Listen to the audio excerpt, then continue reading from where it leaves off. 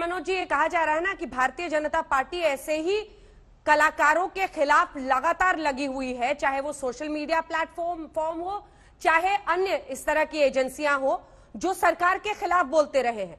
मुझे याद है यही दिल्ली थी, जेएनयू विवाद में उस वक्त छपाक फिल्म की रिलीज होने के पहले दीपिका पादुकोण जेएनयू गई थी, तब जमकर कई लोगों ने, और मुझे एग्जैक्टली आपका ट्वीट तो याद है नहीं है, लेकिन सबने उन पर हमला किया था। अब लोग एक डायरेक्ट कनेक्शन देख रहे हैं कि आप अनुराग कश्यप को टारगेट करते हैं, आप ऐसे दीपिका पादुकोण को टारगेट करते हैं, आपकी एजेंसियां भी ऐसे ही स्टार्स को टारगेट करती हैं। इस पर आपका क्या जवाब होगा?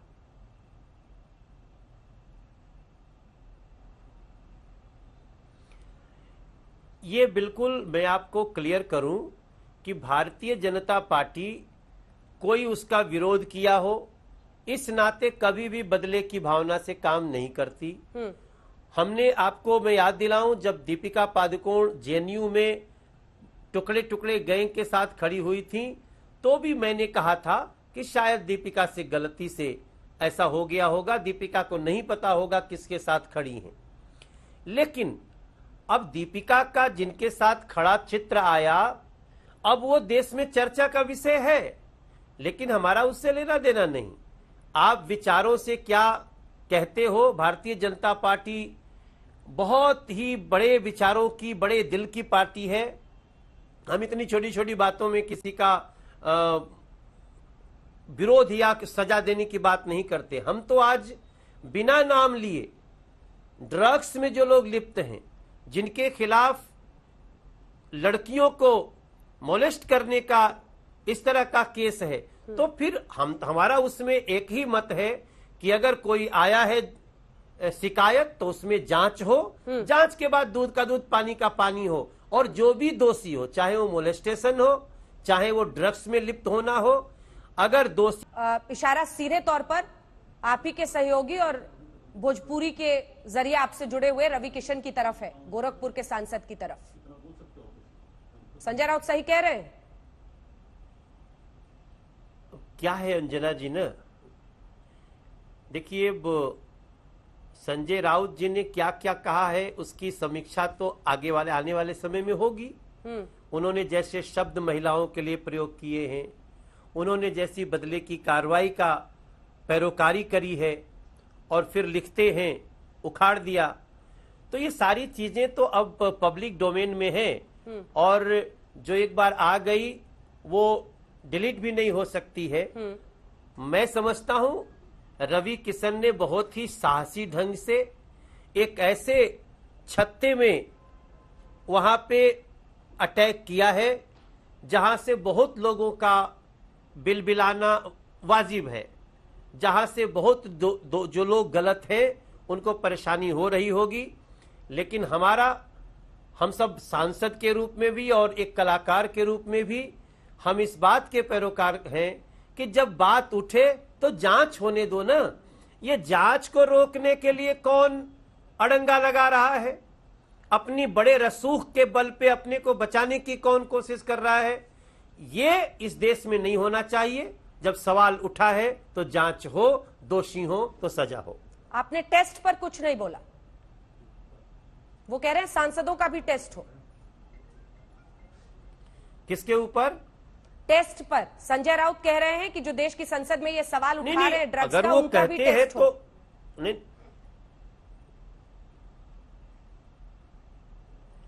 हम तो कह ही रहे हैं संजय राउत जी आए, वो ये सवाल उठाएं ना, एक प्रेस कॉन्फ्रेंस करें, कहां बोला है, कैसे बोला है। वो सांसद हैं, संसद के अंदर उनको भी बोल देना चाहिए।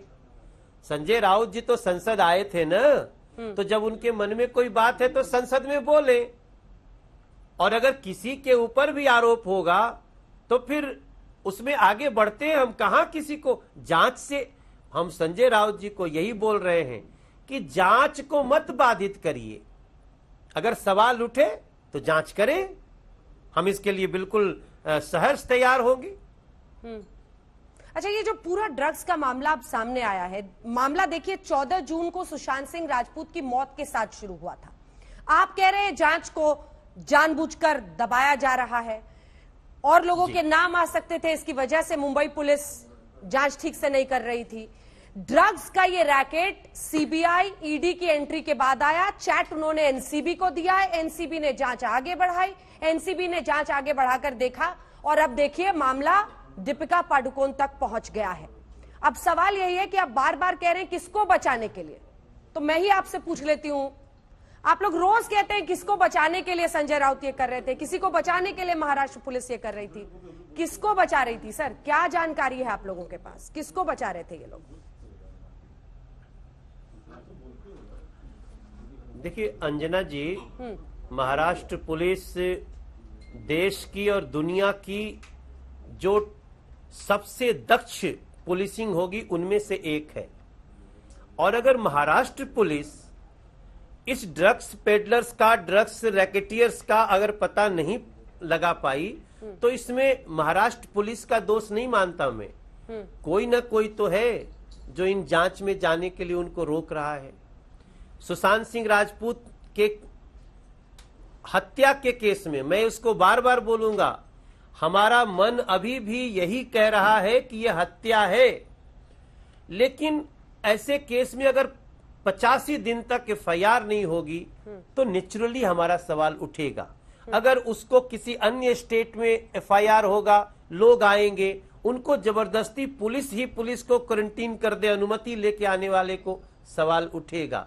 तो इसलिए मैंने कहा संजय राउत जी, आप अगर सहमत हो तो जांच सबकी होनी चाहिए, कंप्लेन पे एफआईआर होना चाहिए और एफआईआर होके जांच कर लीजिए। दूध का दूध, पानी का पानी तो होना चाहिए। हम कहां करें निर्दोष को सजा दो, हम तो सिर्फ जो दोषी हो उसको सजा हो, इसी के पैरोकार हैं। इसीलिए अब देखिए इतने दिन में अंजना जी, सुशांत सिंह राजपूत के मौत हुई और उसके बाद सुशांत सिंह राजपूत को बदनाम करने की एक साजिश शुरू हो गई, सुशांत सिंह राजपूत को डिफेम करने की साजिश शुरू हो गई।